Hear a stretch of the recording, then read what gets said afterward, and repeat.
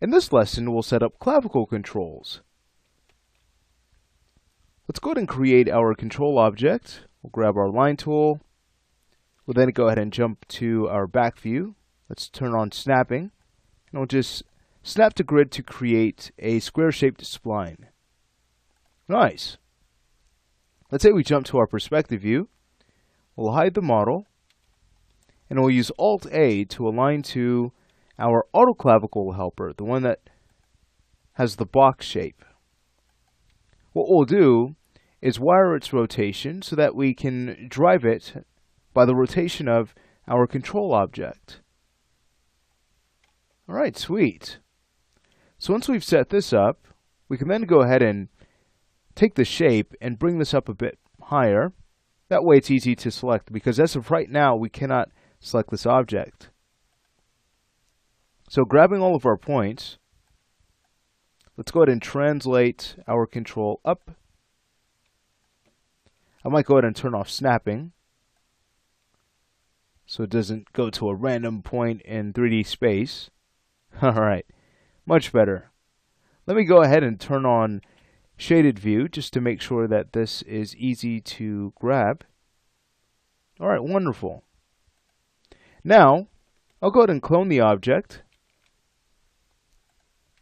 Again, hiding the character, let's go ahead and Alt-A align to the helper on the opposite side.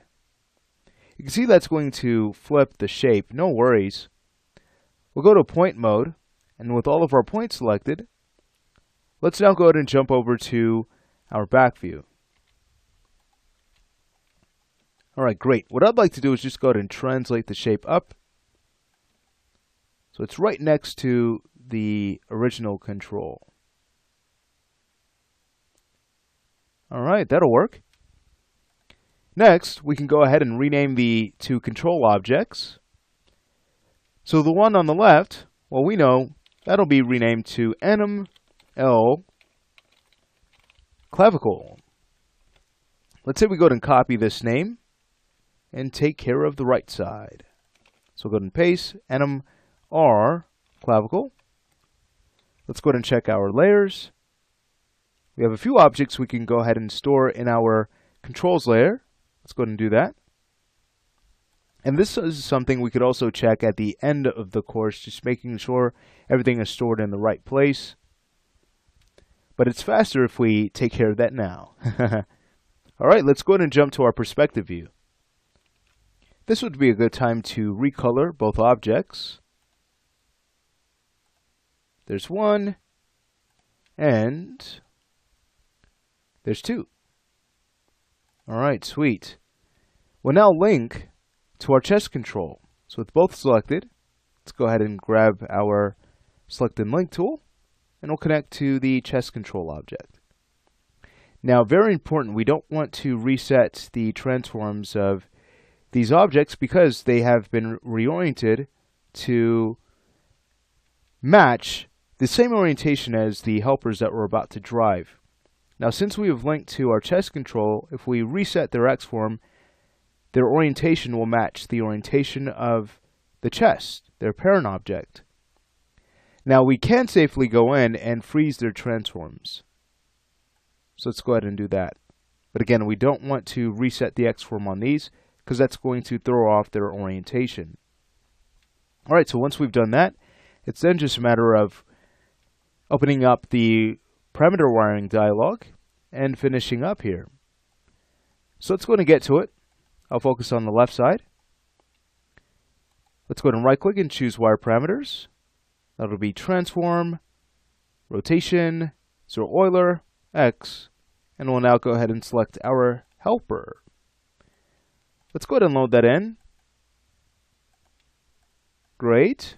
And again, that'll be X to X, Y to Y, and Z to Z. And then we'll go ahead and take a look at how it functions and see if we have to tweak anything afterwards. So there's one, there's two, and one more.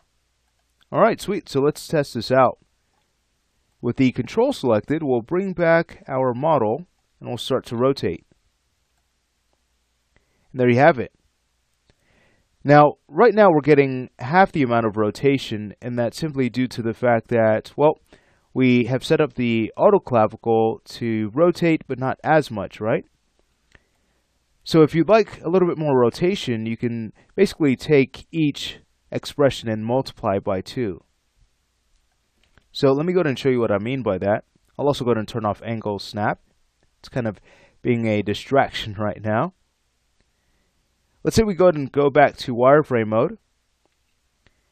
I'll also go ahead and press Alt-5 to open up the parameter wiring dialog. Let's go ahead and load up our control on the left side, and then we'll go ahead and find our helper and load that on the right.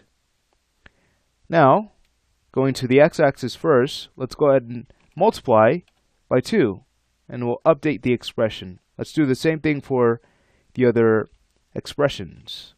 Again, we'll multiply by 2.